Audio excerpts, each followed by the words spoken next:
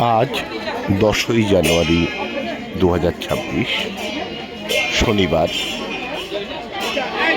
আমার গুরুদেব শ্রীযুক্ত অমিত আচার্য মহাশয়ের কাশিমবাজার ছোট রাজবাড়ি স্থিত আশ্রমে চলছে বগলামুখী মায়ের পুজো।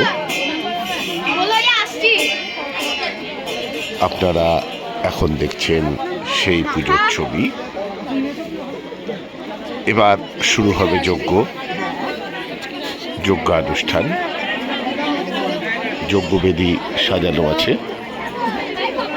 এখন আমরা জেনে নেব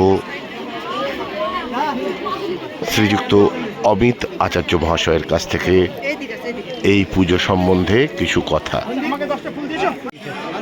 বগলামুখী মায়ের ভক্ত আমার গুরুদেব শ্রীযুক্ত অমিত আচার্য মহাশয় কাশিমবাজার ছোট রাজবাড়ি পাড়া মায়ের পূজা সম্পর্কে কিছু বলবেন।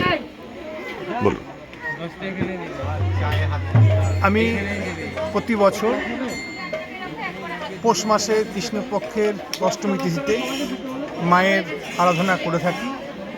ভক্ত জনগণ, আমার এলাকার প্রতিবেশী সবারই মঙ্গল কামনার্থে, শত্রু দমনার্থে দশমহাবিদ্যার অষ্টমহাবিদ্যার মা বগলামুখী পূজায় আমরা রত হয়ে থাকি।